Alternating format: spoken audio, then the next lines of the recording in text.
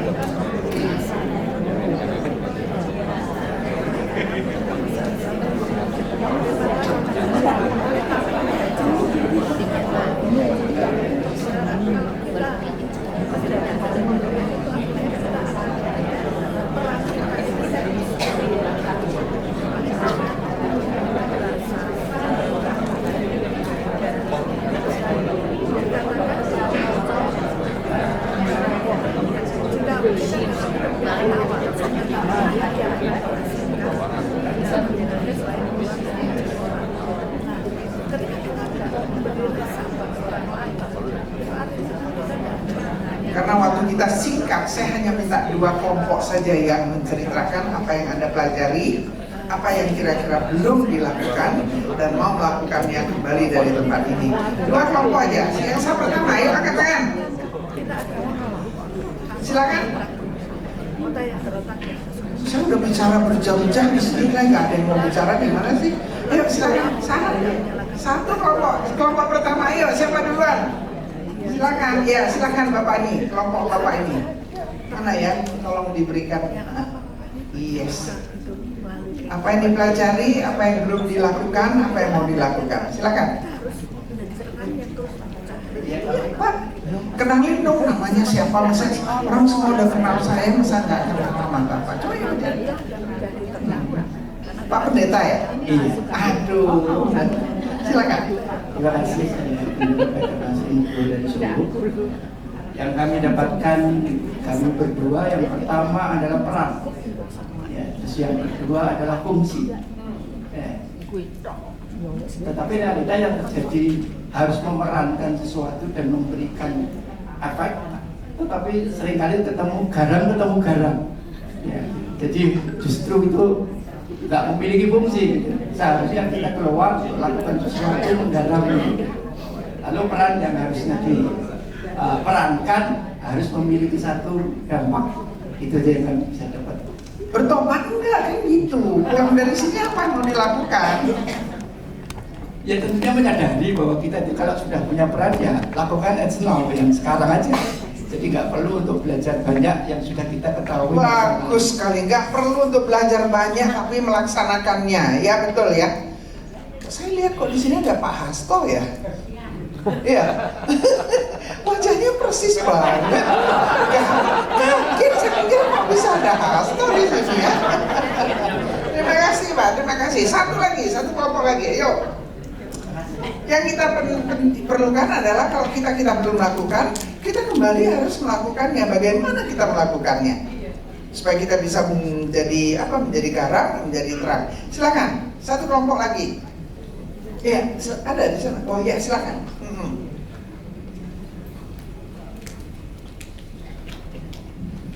Sini kan kita mempelajari. Namanya boleh? Nama saya Ita, dari Kebutuhan Bu. Kebetulan kita tim doa di hadis setiap hari Jumat. Jadi menurut saya kita kan harus menjadi garam dan terang dunia. Nah selama ini banyak anak-anak yang kurang percaya kepada Tuhan. Mungkin mereka ke gereja, tapi mereka juga tetap melakukan hal-hal yang dunia. Mereka juga begitu senang dengan film-film yang sekarang saat ini banyak tentang ini Bu, dunia lain. Nah, padahal kita di dalam kita pelayanan itu kan kebanyakan berdoa, melepaskan yang ada di dalam diri seseorang yang terikat untuk lepas untuk kembali kepada Tuhan. Nah itu kita banyak melakukan konseling kepada beberapa orang yang memang datang ke kita membutuhkan kita, dan kita membawa mereka untuk benar-benar mengerti bahwa Tuhan Yesus itu mengasihi dirimu. Tuhan Yesus tidak ingin kamu pergi dari Dia. Tuhan Yesus ingin kamu hidup benar di dalam Dia. Dan terutama yang terakhir, bahwa kalau kita percaya sama Tuhan dan hanya melalui Tuhan Yesus yang bisa membawa kita untuk masuk ke surga.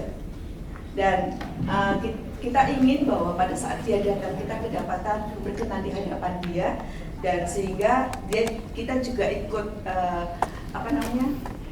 ikut diangkat memerintah bersama-sama Tuhan di atas awan. Nah gitu, terus mereka banyak hal, terutama mereka kecewa dengan masa lalu mereka. Mungkin orang tua, ada juga orang tuanya yang terikat dalam dosa dan belum percaya sama Tuhan hingga saat ini.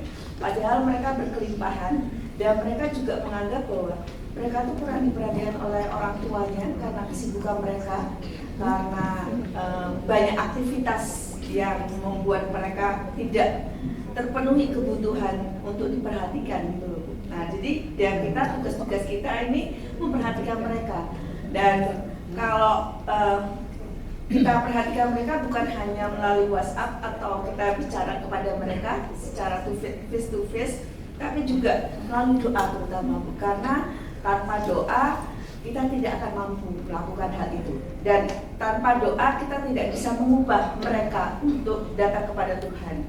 Seperti itu.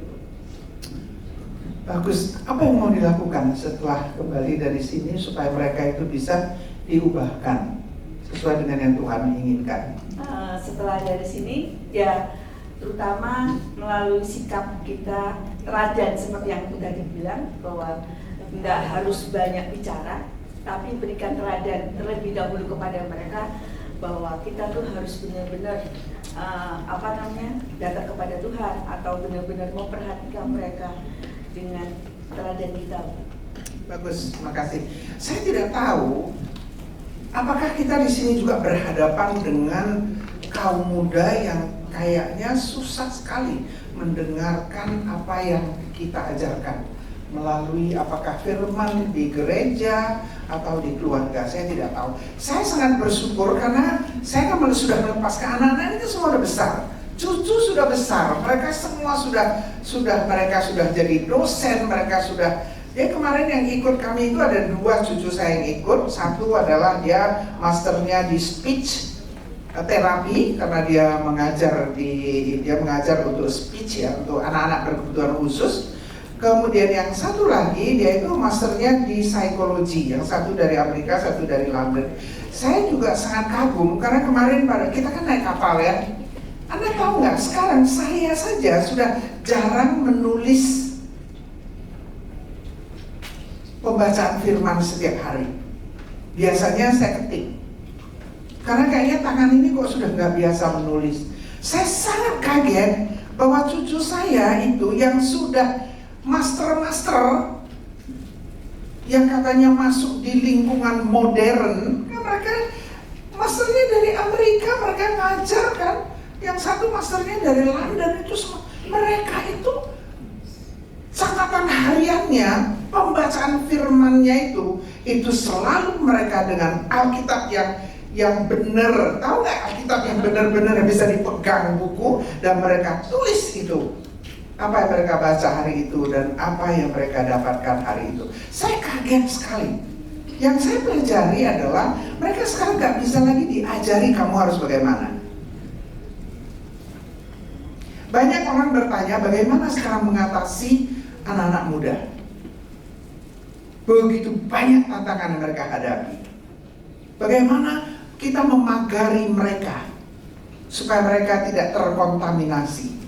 Saya katakan kita nggak bisa menyetop dunia luar itu masuk ke dalam dunia anak-anak muda sekarang. Karena begitu besar, begitu mengerikan dengan sekarang ini, dengan ChatGPT dan sebagainya. No one can stop it. Gak ada yang bisa menyetop mereka. Gak ada yang bisa menyetop semua virus-virus itu masuk. Yang kita bisa adalah bagaimana memagari anak-anak kita, sehingga mereka tahu mereka tidak keluar dari pagar itu. Karena kita gak bisa melarang supaya yang lain itu gak bisa masuk. Ini dunia terbuka loh. Makanya banyak sekali orang tua yang mengatakan sulit sekali untuk mengajarkan anak-anak cucu-cucu mereka untuk tidak terkontaminasi. Gak bisa. Tapi yang bisa kita lakukan adalah sebagai garam dan terang memagari mereka sehingga mereka itu sendiri yang otomatis akan kena. Anak-anak gak bisa terlalu dilarang, gak bisa. Tidak bisa dengan kamu gak boleh begini, gak boleh begini, gak bisa. Karena sekarang itu gak bisa, mereka itu pinter-pinter. Jadi bagaimana supaya mereka bisa betul-betul percaya kepada Tuhan, mereka tidak goyah, kita gak usah lagi memikirkan bagaimana dunia luar bisa datang mengganggu mereka. Itu sangat amat penting. Saya terus terang kaget, saya pikir ya sekarang selama 5-4 tahun ini saya pikir mereka pasti sudah berubah lah. Karena mereka udah dewasa, dulu kan masih kuliah, masih sekolah. Jadi setiap kali masih lihat mereka catat dengan pen ya. Kaget saya.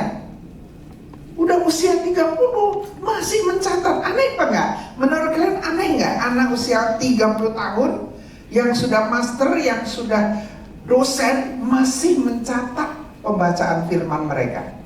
Itu sangat amat luar biasa.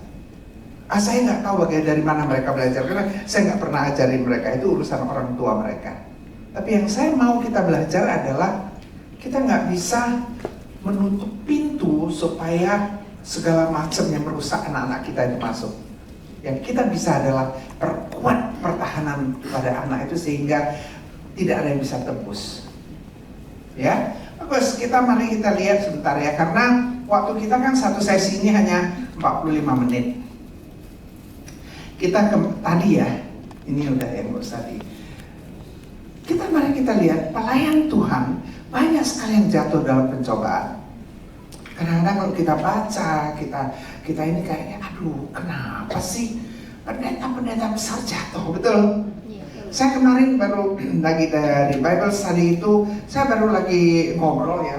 Saya sangat kaget karena saya banyak bertemu dengan banyak teman, banyak anak Tuhan, banyak pendeta. Gak bisa dihitung lah banyaknya. Saya perhatikan banyak sekali anak-anak Tuhan atau pendeta-pendeta atau hamba Tuhan mereka jatuh, tapi gak ada yang tahu. Gak ada yang tahu dan gak berani orang lain tahu. Saya sangat bersyukur mereka bisa percaya kepada saya, bisa cerita kepada saya, karena mungkin mereka berpikir saya tidak ada bahayanya. Saya tidak di dalam lingkungan mereka. Jadi mereka bisa cerita. Saya sangat kaget mengetahui begitu banyak hamba Tuhan yang jatuh dalam hal besar maupun dalam hal kecil. Sedangkan dosa itu tidak bisa dipilah-pilah, dosa besar atau dosa kecil. Nah, ini sangat berbahaya untuk masa depan bangsa, masa depan gereja, masa depan pelayanan kita. Jadi kita harus tahu bagaimana sih, mengapa sih kita bisa jatuh. Alkitab mengatakan bahwa pencobaan itu sangat aneh dan ajaib. Dikatakan tiap-tiap orang dicobai oleh keinginan sendiri. Jadi kalau kita jatuh, apakah itu jatuh ke dalam dosa seksual, dosa ketamakan, kesombongan, itu bukan karena ada yang menarik dari luar, tapi karena kita dicobai oleh keinginan kita sendiri. Keinginan kita yang membawa kita jatuh. Mengapa? Karena kita itu diseret, karena kita itu diikat. Saya kemarin malam baru membaca satu pesan dari satu teman saya yang hampir. Saya pikir-pikir, aduh, pesannya itu betul sekali. Dia mengatakan bagaimana satu keluarga itu bisa betul-betul harmonis, bagus ya.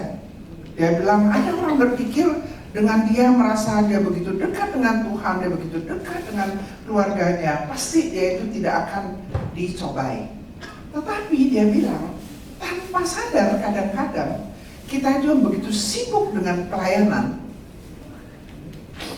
kita pikir semua keluarga kita beres, tapi tanpa kita sadar kita telah mengurangi waktu-waktu yang begitu penting dengan pasangan kita, betul?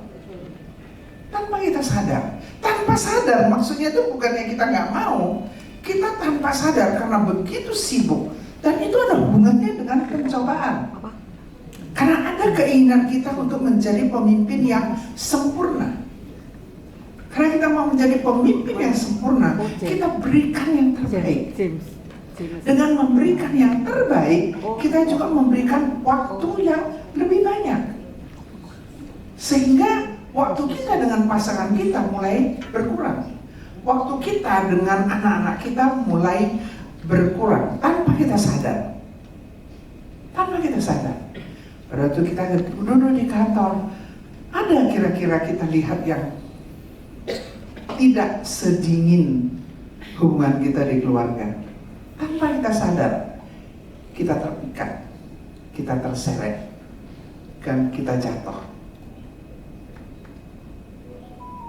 Apakah itu jatuh seperti tadi yang dikatakan, kok kayaknya nggak ada yang apresiasi, itu juga salah satu yang jatuh.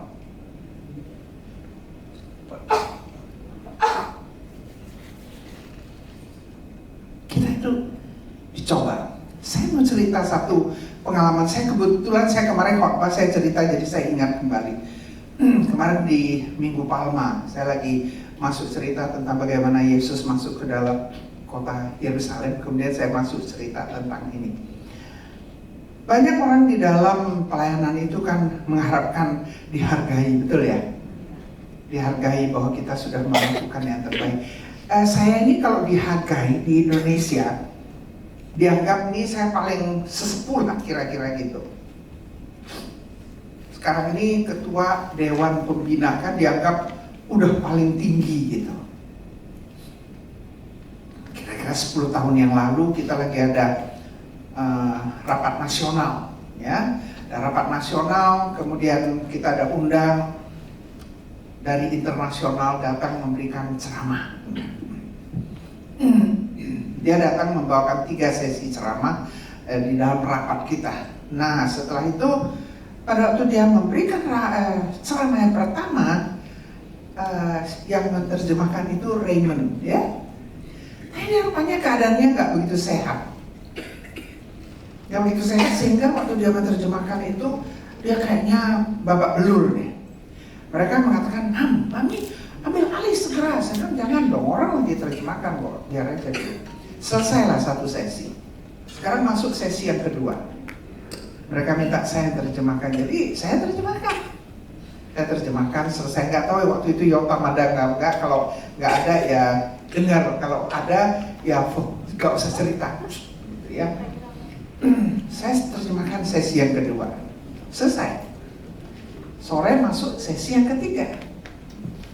Saya lagi terjemahkan, saya lagi di atas panggung nih, lagi menerjemahkan.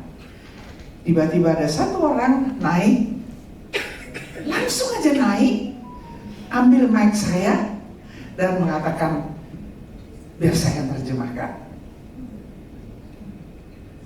Kira-kira kita pernah nggak mengalami pengalaman begitu? Ya, misalnya kita lagi khotbah, tiba-tiba ada orang datang ambil mic bilang biar saya khotbah. Ya, atau Roni lagi nyanyi terus kita bilang udah Ron biar saya yang pimpin. Gimana rasanya kira-kira? Saya jadi bingung, saya tanya, ada apa? Saya bilang gitu. Nggak apa-apa, biar saya terjemahkan. Ya udah, saya turun duduk. Terus orang itu banyak yang bertanya, kenapa Mam tadi? Nggak tahu.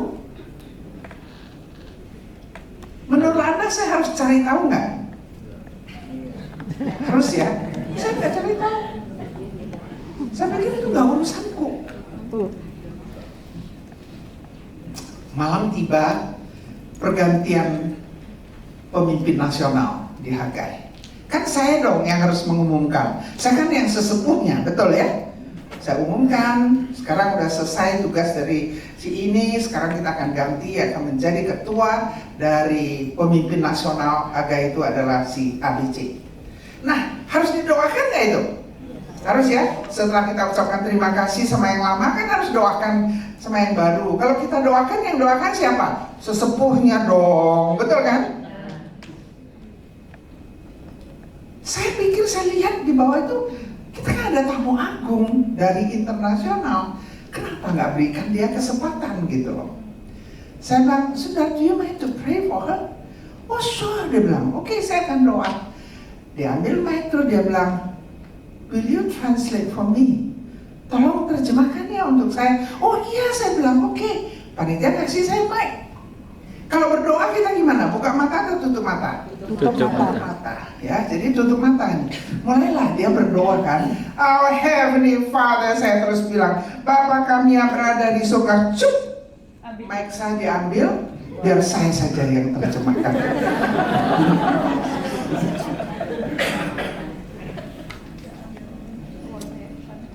Kaget? Ya. Andai kata Anda yang berada di atas dan diambil orang mic-nya, apa yang Anda akan lakukan? Kasih aja. Hah? Kasih aja. Gimana kasih? Kasih aja. Kasih aja. Hatinya sakit nggak? Hancur nggak?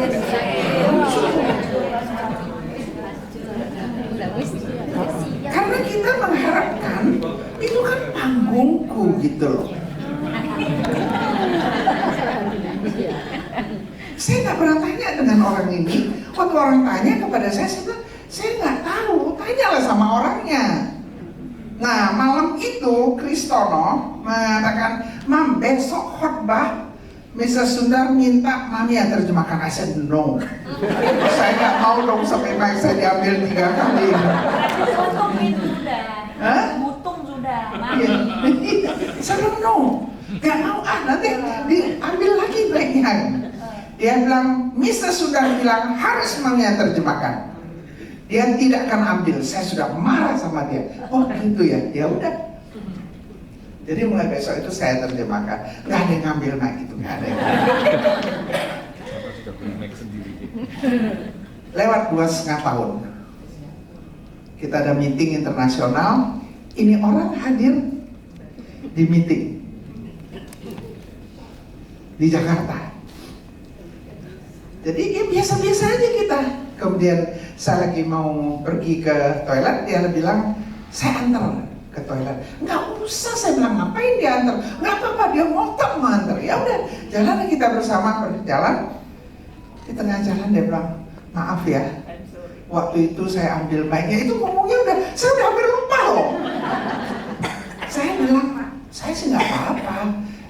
Cuman Mami itu kepingin tahu kenapa sih kamu ambil itu mic? Kan kepingin tahu gitu ya. Kenapa sih kamu ambil? Udah hampir lupa. Tahu dia jawab apa? Ya kan saya juga butuh panggung.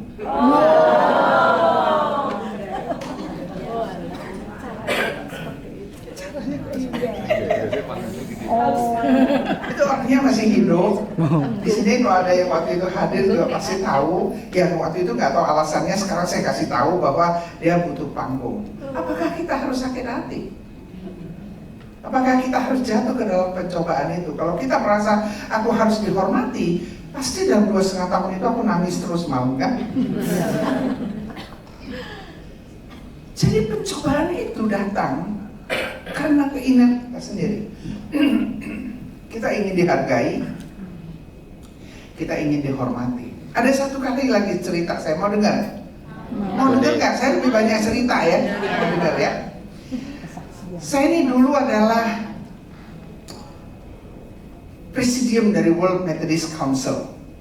Jadi semua orang Metodis di seluruh muka bumi itu dulu itu di bawah saya. Dulu, sekarang nggak. Tenang aja. Semua pendeta Metodis, semua bishop Metodis, bishop tahu bishop? Ketua sinode tahu ya?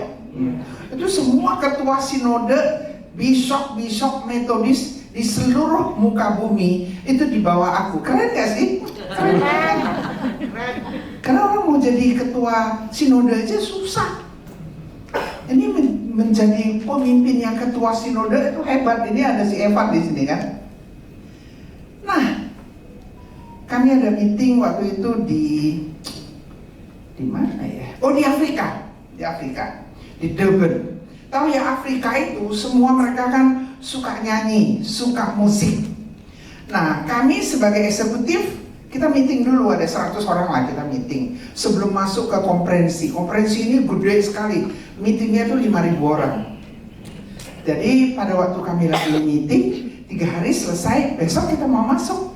Nah, ini yang mimpin worship kayak si Roni gitu, saya nggak kenal orangnya, warnanya putih, kulitnya putih. Dia datang, dia bilang, ini kita ada di Afrika, orang Afrika ini suka musik, suka nyanyi. Kok kita kayaknya nggak pernah ada core dari eksekutif. Ini eksekutif dunia ini ya. Mau nggak kita bentuk core gitu? Setiap kalau kita mau, jam 8 pada waktu worship pagi hari, kita pasti nyanyi. Jam 6 kita latihan. Di mana ada core yang jam 6 latihan, jam 8 nyanyi?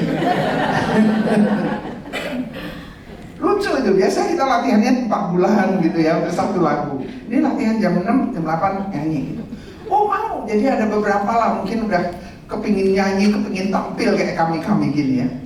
Ya udahlah, mulai besok latihan. Jadi jam 6 latihan, jam 8 tampil. Jam 6 latihan, lagunya baru semua. Hari kedua Selasa, dia bilang hari ini saya mau ada satu yang nyanyi solo untuk lagu Indonesia. Nah, di seluruh konferensi itu aku satu-satunya dari Indonesia. Gak bisa lari kan? Ya udah, kan itu kan hanya untuk, itu bukan core, itu hanya untuk waktu kita mimpin pujian. Hari Rabu saya mau ada satu nyanyi lagu Malaysia. Tahu nggak Malaysia juga ada lagu? Dan dari Malaysia nggak ada orang. Jadi siapa kira-kira yang mewakili Malaysia? Amin. Si Mayung, si Indonesia ini. Ya udah, itu hari keempat itu. Penutupan ini, hari ke-7. Hari ini saya mau ada yang lagu Indonesia 1, dia bilang. Saya diem aja. Maimunah. Gak mau, saya bilang. Maimunah. Aduh, kalian ini maunya apa? Saya tanya, lagunya apa sih? Oh, ini lagunya. Saya nggak tahu itu lagu apa, nggak tahu dikarang oleh siapa, namanya pun saya nggak pernah dengar, nggak pernah tahu. Tapi lagunya Indonesia, sebenarnya saya lihat notnya nggak begitu susah. Saya tanya, ini kapan nyanyinya? Dia bilang nanti waktu persembahan, karena ini penutupan. Kira-kira ada 17.000 yang hadir. Ini kan panjang, persembahannya itu kan panjang. Jadi butuh ada musik, ada yang nyanyi gitu. Aduh, ini lagu apa ini? Saya harus belajar lah. Do, re, mi, re, do, re. Oh, jadi kapan saya nyanyi? Oh, nanti mereka persembahan ada chord dari Afrika. Kan chordnya itu kan bisa selesai gitu kan. Begitu selesai, saya langsung akan main piano. Saya begitu main, kamu langsung. Jadi nggak ada latihan punya. Hebat apa enggak ini? Hebat kali ya. Jadi di panggung yang begitu besar, itu panggungnya gede banget karena waktu itu adalah waktu kita mentahbiskan pengurus baru dan sebagainya. Jadi dia bilang begitu persembahan mulai, kamu langsung naik. Saya belum tahu lagunya, itu belum betul-betul ngerti karena baru belajar. Jadi begitu mulai, itu Afrika mulai lah. Oh, kalau Afrika kan kalau Quran gitu dia kan dengan warna-warninya. Saya pun berdiri lah dengan, kan ada apa tuh namanya, partitur, song stand itu ya. ya stand partitur. Jadi ya saya masih belajar. Ini manusia banyak sekali. Ini sini nyanyi di sana nyanyi. Saya pun masih belajar. Do re mi re. Sampai saya bisa lagu itu sampai bisa. Dari nggak bisa sampai bisa. Sampai tunggu-tunggu, chordnya nggak selesai-selesai. Mulai ini datang.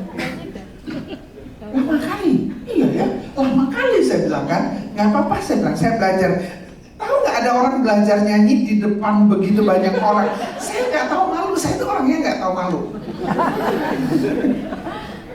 Udah itu kan nggak selesai. Datang lagi orang mulai nyanyi. Datang lagi 3 kali. Saya bilang kenapa? Gak ada waktu, gak apa-apa, kok gak ada waktu saya turun.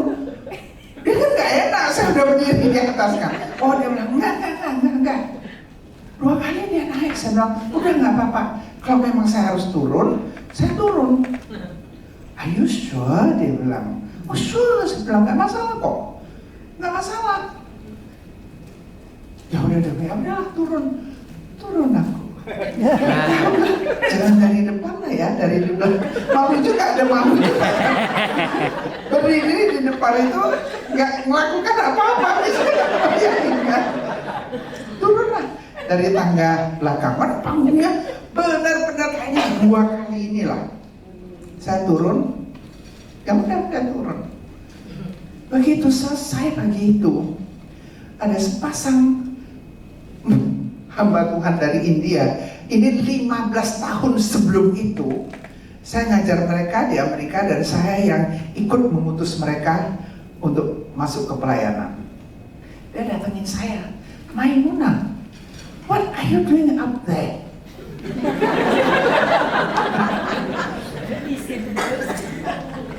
Saya bilang, kenapa? Kamu mau khotbah atau mau nyanyi? Saya bilang, kenapa rupanya? Karena saya disuruh nyanyi, tapi nggak jadi. Saya bilang, dia bilang, kamu berdiri di depan itu 22 menit. Ngerti nggak 22 menit berapa lama? Saya di sini ngajar hanya dikasih 45 menit. 22 menit berdiri di depan tidak melakukan apa-apa, tapi lagi latihan nyanyi. Anda bisa bayangin? Saya disuruh nyanyi, tapi itu orangnya itu nggak habis-habis. Sampai persembahan udah selesai 17.000 orang, mereka masih belum selesai. Iya, masa kamu 22 menit di atas turun nggak ngapa-ngapain katanya. Oh iya ya, 22 menit gitu. Saya juga nggak tahu. Saya mau tanya andai kata Anda lah di atas sana. Bagaimana sih perasaannya? Dan itu orangnya kira-kira separuh itu kenal Manda. Kan saya di sana udah 30 sekian tahun. Luar biasa. Nah, saya balik sedikit. Saya tadi cerita cucu saya satu, dia master pianonya dari Boston. Kira-kira 2 tahun sebelum itu, cucu saya ini kepingin ngambil masternya. Anak saya yang pendeta itu hubungin saya, Mam, ada koneksi nggak dengan SMU? SMU itu milik Methodist University, ya, Southwestern Methodist University. Si Tasya mau ngambil piano di sana, butuh scholarship. Aduh, nggak ada, SMU nggak ada hubungan. Saya memberikan 10 Bishop Scholarship setiap tahun untuk anak-anak Indonesia yang mau kuliah di sana, tapi di satu tempat di college. Nggak ada. Tapi ada satu orang yang dulu saya kirim ke Amerika, dia sekarang dosen di SMU. Saya coba telepon, Budi Taniwan. Kenal ya, Evan kenal ya Budi Taniwan ya. Bud, kamu mau butuh scholarship? Aduh, Mam, scholarship itu mah terlalu tinggi, itu gak hubungan sama saya, Mam. Oh ya udah, ceritanya udah selesai. Nah, jadi ini orang bule ini yang saya gak kenal ini, setelah turun itu dia datengin saya. Are you from Malaysia? Dia bilang, saya bilang Malaysia, lu tadi suruh dia nyanyi Indonesia. Oh iya Indonesia, sorry, dia bilang Indonesia. Dia bilang, saya mau kasih tahu sama kamu, saya ada satu murid dari Indonesia, luar biasa bagusnya. Saya nggak tahu dia siapa kan? Siapa? Saya bilang. Dia bilang Budi Taniwan. Can you believe begitu kok? Bermiliar-miliar manusia, kok dia bisa kasih tahu satu nama yang saya kenal gitu. Oh Budi, saya bilang. Saya yang kirim dia ke Amerika dulu untuk ngambil musik. Terus dia bilang, oh, wah dia itu bagus sekali. Ayo mari saya selfie. Jadi ini bule ini ngajak saya selfie gitu ya. Keren gini-gini loh, dia ngajak selfie loh ya. Selfie, udah selfie. Ya udah, saya udah lupa. Saya pikir dia udah suruh saya berdiri di atas itu nggak ngerjain apa-apa kan. Kira-kira 2 minggu kemudian, Anda dengar baik-baik. Si Budi ini tanya, Mam, what are you doing dengan Michael Horn? Dia bilang. Michael Horn siapa ya? Saya nggak pernah dengar. Michael Jackson sih pernah ya. Michael Horn nggak pernah. Saya bilang, siapa Michael Horn? Dia kirim foto. Ini loh, Michael Horn kirim fotonya. Dia foto sama Mami. Oh ini bule yang suruh Mami berdiri di atas pohon. Tidak mengerjakan apa-apa. Tahu dia bilang apa? Mam, kalau Mami mau minta scholarship di SMU, inilah orangnya. Dia orang paling powerful di SMU. Alamak, saya hampir tergeletak. Saya gak marah sama dia loh. Saya hampir tergeletak. Siapa dia ini?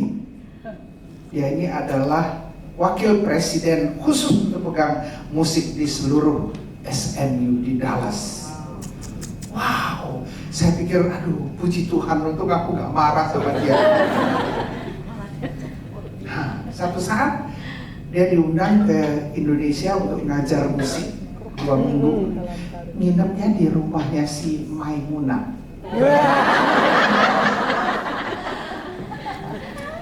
Pas saya lagi khotbah, saya harus khotbah hari Minggu. Saya bilang, Michael, saya bilang, kamu aja khotbah. Kan kita lebih banyak harus dengar dari orang lain. Jadi dialah yang khotbah, dia ambil waktuku. Tahu nggak dia ambil waktu saya? Ngerti nggak sih? Udah dia buang waktu saya, diambil lagi waktu saya kan? Ya hari Minggu itu dia begitu berdiri di atas di belakang mimbar. Hal pertama dia bilang, ini ladies, saya sudah ambil waktu dia 2 kali. Di Afrika saya ambil waktu dia, dan hari ini panggungnya juga saya ambil. Saya sangat bangga, saya sangat senang. Berapa sering kita merasa kok tidak dihormati. Saya harap Anda mendapat pelajaran dari apa yang saya ceritakan. Amin. It is not about me. It is about Jesus. Amin. Kita melayani Tuhan bukan tentang kita, tetapi tentang siapa Yesus yang kita harus perkenalkan. Jadi biasanya itu kita itu ya diseret, dipikat oleh keinginan sendiri, tetapi ingat, begitu keinginan itu dibuahi, lahirlah dosa. Dan dosa itu gak ada ampun.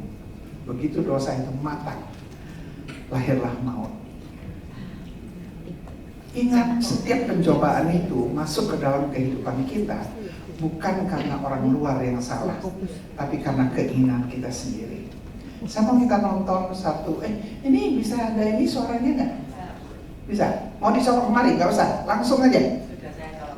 Hebat lu ya. Kita beri tepuk tangan dulu jangan bisa tahu ya.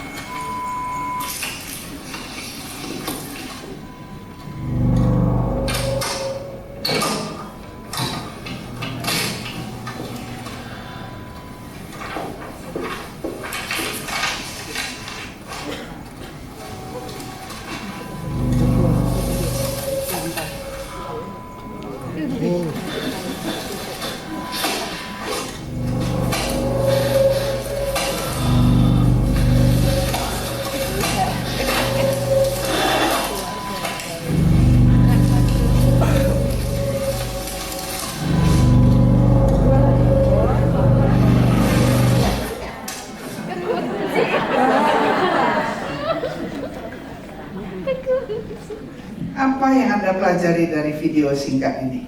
Andrew?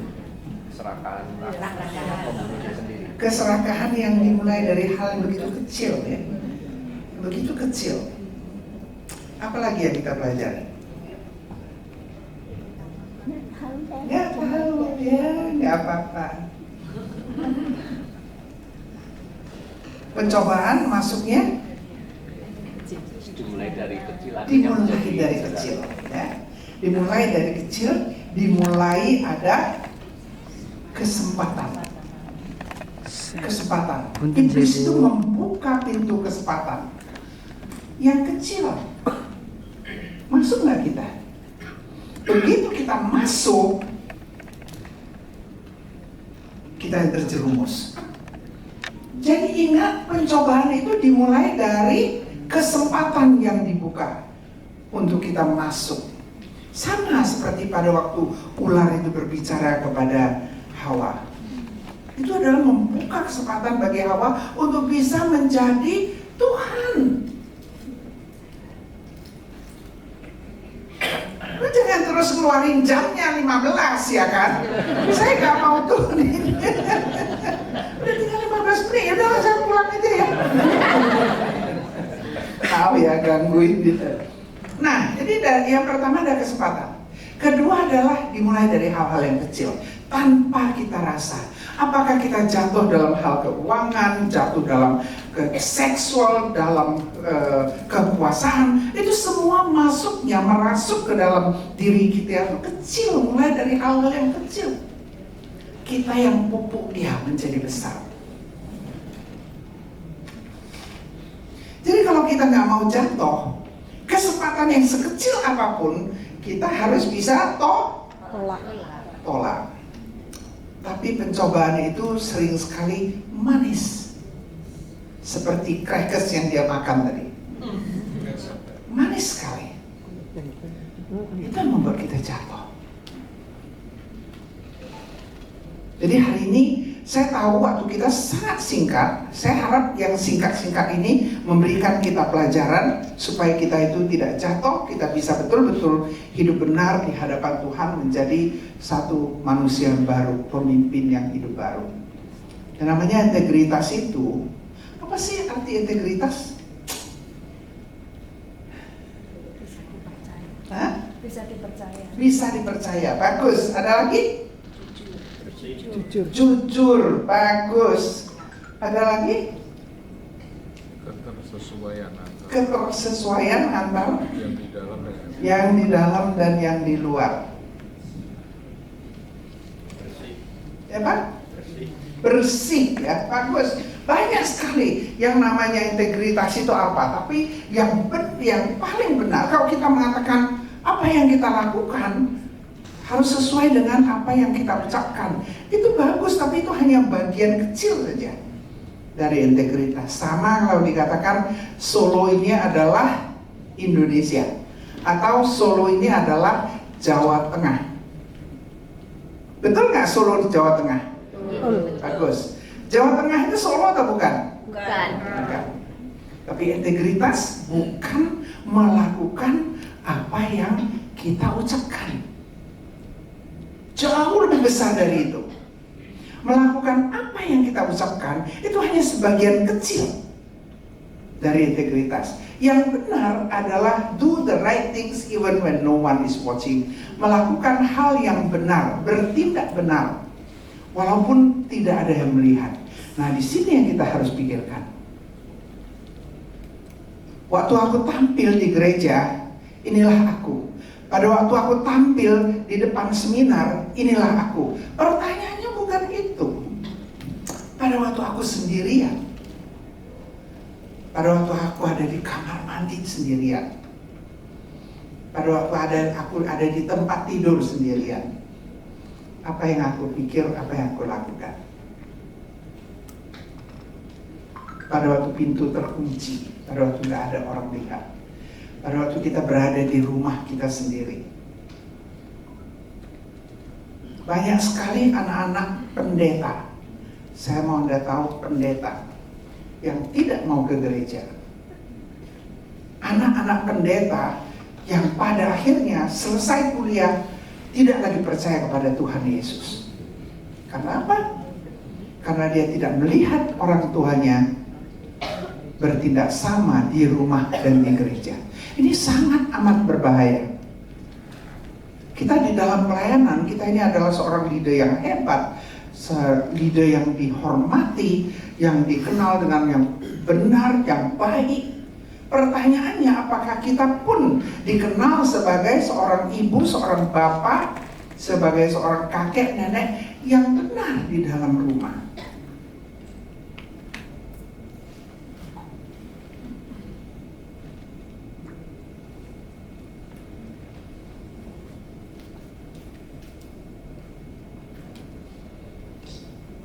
Integritas itu, kita harus tahu siapa kita di dalam gelap. Ini yang pernah ikut Hagai pernah tahu ya. Saya mau kita nggak perlu dicatat, tapi hitung aja. Kalau nanti yes 1, yes 2, yes 3 gitu. Saya mengeluarkan beberapa kalimat, kalau memang itu pas, yes hitung aja 1, 2, 3, 4. Setuju ya? Mari kita lihat satu-satu. Selaku pemimpin, saya harus tampil beda. Betul apa tidak? Kalau betul, 1, hitung aja, nggak usah ngomong, diem aja ya. Yang kedua, saya sadar bahwa kadang-kadang saya lupa akan janji saya. Benar apa tidak? Saya kadang-kadang terlambat untuk janji saya. Yang tadi lupa, yang ini terlambat.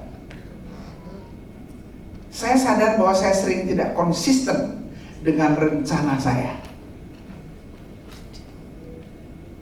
Saya sulit untuk menyimpan rahasia. Apalagi kalau rahasia orang yang saya nggak suka ya. Saya lebih sering memilih solusi yang praktis daripada hal-hal yang prinsip.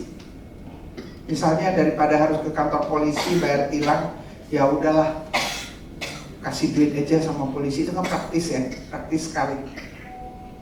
Saya kadang-kadang lupa mengembalikan barang-barang yang saya pinjam.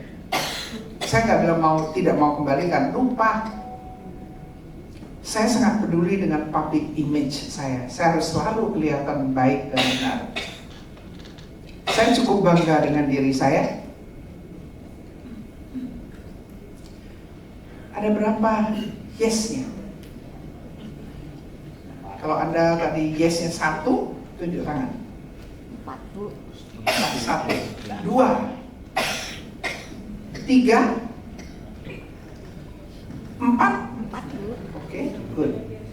5. Bagus. 6. Bagus. 7. Bagus. 8. Bagus. 9. Oke. Saya nggak bilang Anda salah ya. Karena itu semua pasti kita merasa ya memang begitulah seharusnya. Saya mau Anda tahu, kalau saja ada 1 yes, artinya integritas kita itu masih butuh perhatian, masih harus kita perhatikan. Apalagi kalau yes-nya sampai 8 ya. Saya nggak bilang salah loh, tapi masih ada yang belum benar di dalam hidup kita. Saya mau tanya di ruangan ini, siapa yang merasa integritasnya itu masih bisa diperbaiki? Kalau masih bisa, angkat tangan. Yang masih bisa diperbaiki, belum sempurna. Ayo, yang merasa integritasnya belum sempurna, angkat tangan. Bagus. Wah, ada juga yang sempurna ya, hebat juga ya. Saya juga kaget ya.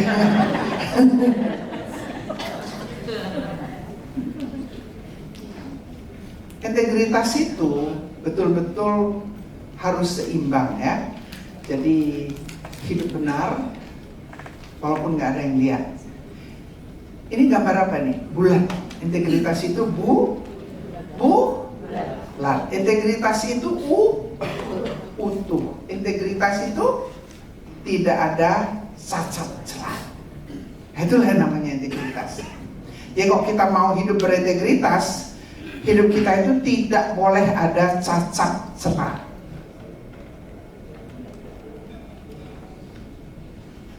Tadi udah ada yang bilang integritas itu jujur ya.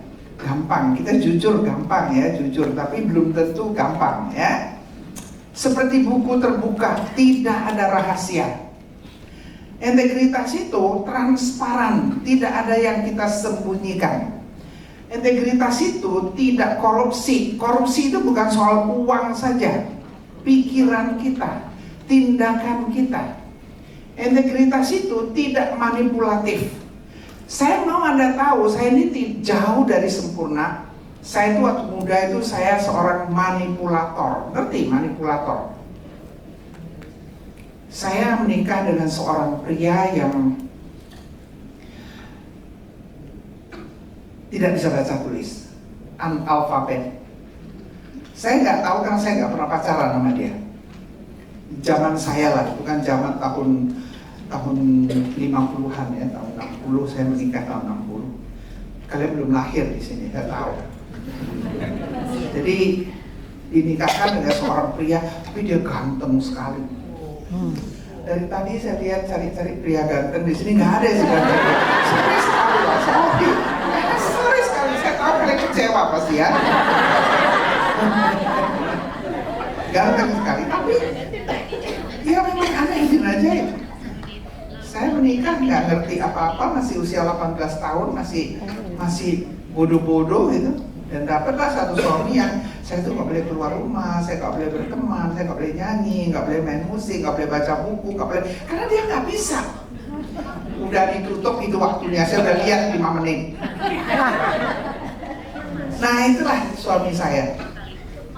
Apa yang terjadi adalah jangankan kuliah, saya kan tamat SMA 18 tahun langsung menikah. Saya nggak dapat kuliah, nggak dapat nyanyi, semua nggak boleh. Di rumah terus, pokoknya aneh bin ajaib. Ini tangan saya ini kan bekas pisau, bekas gunting, bekas lemparan batu ini ya. Saya dulu cantik loh.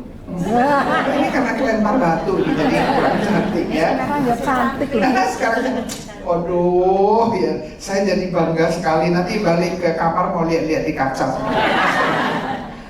Nah, apa yang terjadi adalah waktu itu kami sedang mengurus surat cerai. Saya udah nikah sekian belas tahun, dari usia 18 sampai usia 30 sekian. Saya tahu saya sudah persiapkan tidak akan menikah lagi. Saya ingin membesarkan anak-anak saya. Untuk itu saya harus persiapan bagaimana supaya bisa membesarkan anak-anak. Saya harus kuliah. Saya tahu tanpa pengetahuan kita nggak bisa buat apa-apa. Saya nggak dikasih kuliah. Jadilah saya seorang manipulator. Jadi waktu itu kami ada usaha, saya ini dengan keluarga satu pemilik bank itu dekat sekali. Dia datang ke rumah, dia lagi cerita, anak saya baru aja selesai kuliah bahasa Inggris di Medan waktu itu. Nah itu kesukaan saya. Jadi dia bilang, mulai besok dia sudah akan kerja. Nah ini orang, dia sangat sayang sama saya, ini acik lah udah tua ya. Saya diem aja. Besok pagi saya waktu ke bank, saya bicara sama dia, kok tolong dong bilang sama Salim supaya saya dikasih kuliah. Ngerti? Itu manipulasi loh. Lah kamu mau kuliah kenapa harus aku yang kasih tahu? Kamu aja kasih tahu. Gak bisa, saya nggak diizinkan gitu. Tolong dong bilang sama suamiku. Minggu depan dia datang lagi karena kita deket ya, dia datang. Salim, lu kalau mau usahanya maju, itu si Cinmay dulu, nama saya Cinmay bukan Maimunah. Ya. Kalau kamu mau usaha maju, si Cinmay itu harus dikasih kuliah bahasa Inggris. Saya kan lagi bikin teh, saya denger itu kan. Suami saya bilang, nggak usah. Dia sekarang bahasa Inggrisnya udah bagus, kan dia yang pergi ke Singapura apa segala macam. Nah ini orang tua pinter ya. Iya, tapi kalau dia kuliah, usaha kamu bisa lebih bagus, dia bilang. Dia panggil Cinmay gitu, datang aja kan, datang. Mulai besok kamu kuliah, dia nggak ngerti kuliah itu apa, karena dia nggak sekolah kan. Saya langsung bilang, iya saya langsung nggak boleh lama-lama, nanti dia bisa berubah. Besok saya langsung daftar, saya langsung kuliah. Disitulah saya mulai kuliah bahasa Inggris. Manipulator nggak saya? Tapi saya udah bertobat, tenang aja. Saya dulu belum kenal Tuhan Yesus ya. Manipulator, tidak pakai topeng. Siapa di sini yang tidak pakai topeng? Siapa di sini yang pernah pakai topeng? Angkat tangannya. Masa yang lain nggak pakai topeng, saya nggak percaya. Angkat tangan. Semua 100% angkat tangan. Semua bertopeng ya, termasuk saya juga ya. Kayak kan kita bisa bertobat, tidak munafik.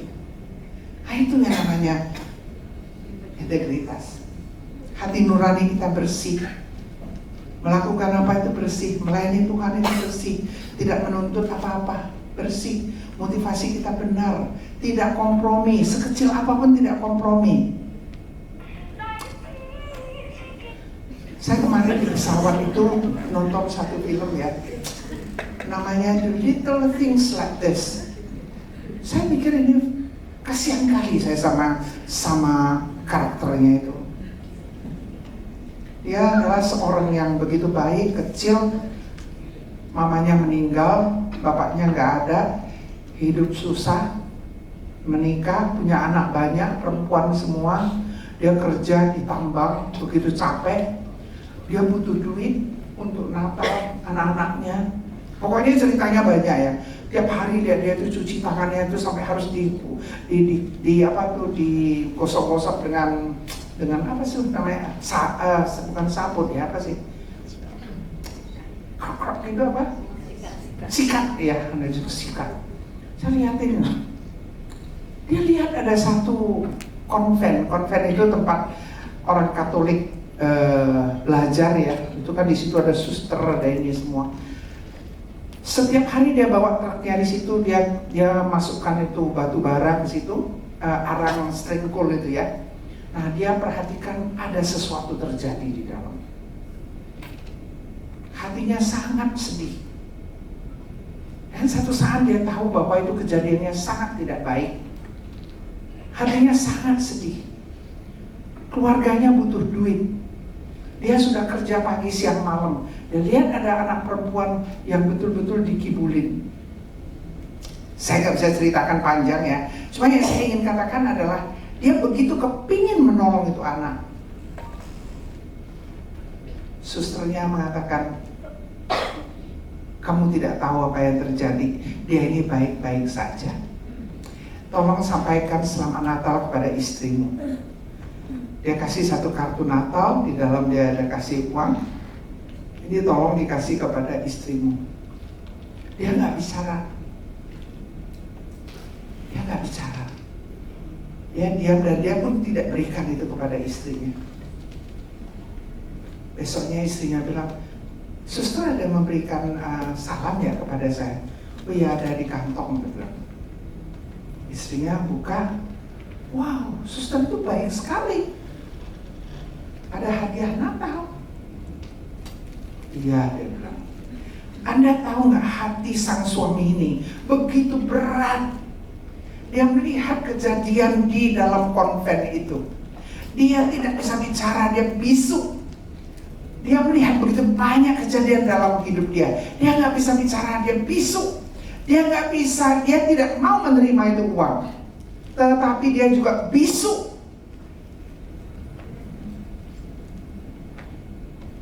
Berapa sering di dalam kehidupan kita melihat hal-hal yang tidak menyenangkan, tetapi dalam satu hal yang bagi kita sudah tidak bisa melakukan apa-apa, tanpa kita sadar kita kompromi. Tanpa kita sadar. Tanpa kita sadar. Kompromi. Itu adalah tidak berintegritas. Integritas itu bukan tidak korupsi triliunan. Integritas itu bukannya punya cewek banyak. Integritas itu bukan hanya tidak bersusila. Integritas itu dimulai dari hal-hal yang kecil. Apakah aku tidak suka melihat dia? Apakah dia telah menyakiti hati saya? Apakah aku merasa, kok orang ini enak ya hidupnya? Pernah yang itu singgah di dalam kehidupan kita? Kok aku kerja capek-capek, aku melayani capek-capek, kok orang itu yang dapat nama? Integritas itu dimulai dari hal yang terkecil di setiap langkah kita. Hari ini kita mau belajar bagaimana kita berubah untuk Tuhan. Janganlah kamu menjadi serupa dengan dunia ini, tapi berubahlah oleh pembaharuan budimu. Di sini namanya the renewal of your mind. The renewal, pembaharuan dari